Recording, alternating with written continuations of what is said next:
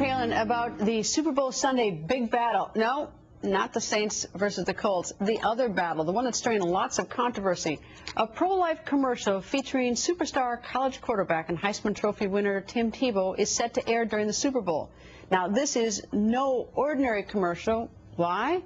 Well, Tebow's mother was advised to get an abortion for medical reasons while pregnant with Tim. She obviously didn't, and now is appearing in the pro-life ad with her son.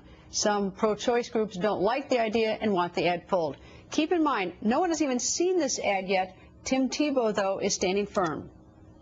Some people won't agree with it, you know, but I think they can at least respect that I stand up for what I believe, and I'm never, you know, shy about that. I don't feel like I'm very preachy about it, but I do stand up for what I believe, and at least you can respect that because I do stand up. And unfortunately, in today's society, not many athletes tend to do that.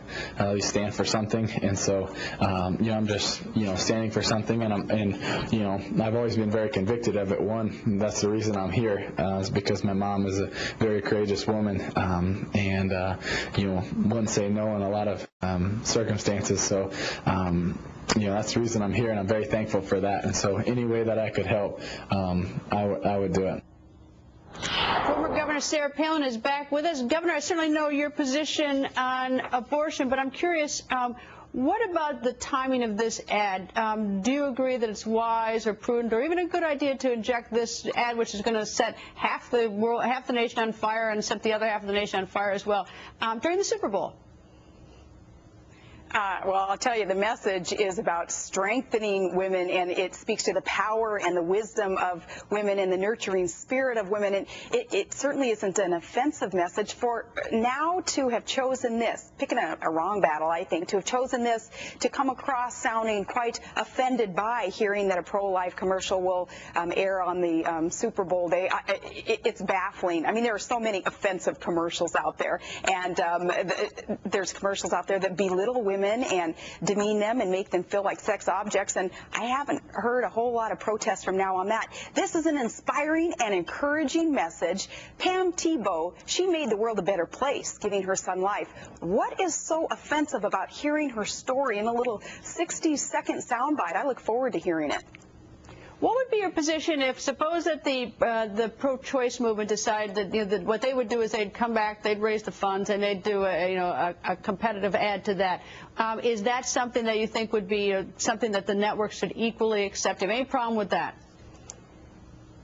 That's part of our First Amendment rights, and I'm sure that they could do that. Planned Parenthood and other pro-abortion groups, they air plenty of ads. Again, for a pro-life, pro-woman, pro-family ad to be seen as offensive and not empowering women, it's puzzling, and it makes you wonder, what is now afraid of? Why don't they want a good, strong, inspiring, positive message about women and families to be aired? It seems to me that there's the two issues. One is the issue of the message about which you speak. The other is, you know, this is a time when families get together, and even though some of us don't have our teams in the game, is that the whole idea is that, you know, is that, well, this may be promoting life and many values people cherish. On the other hand, it's going to start a fight. And, you know, is that something that's good to sort of spark debate or not in this country? I think that the point that you just made, Greta, Super Bowl Sunday, families get together, it's a good, positive experience for so many. I think a strong message from Pam Tebow talking about giving her son life and, again, making the world a better place is a part of a good Super Bowl Sunday afternoon. I don't think anybody should be offended or afraid of what they're going to hear in that ad. All right, now another topic. Tea Party convention is coming up. We've been told that you're a headliner. First of all, what's the status of the Tea Party movement in the country? Is it growing? Is it on hold? Or is it sort of slipping? Or what's your thought? I think it's growing because the Tea Party movement, in general, speaking here, it's about the people. It's about the people wanting their voice heard, wanting to be able to speak to Washington, D.C. and say, hey, here's what we expect from our government. You're taxing us too much. You're growing too quickly. You're loading up our children and grandchildren with unsustainable debt, and that's unfair and immoral and not logical. That is the voice of the people, and that voice of the people is within this group called the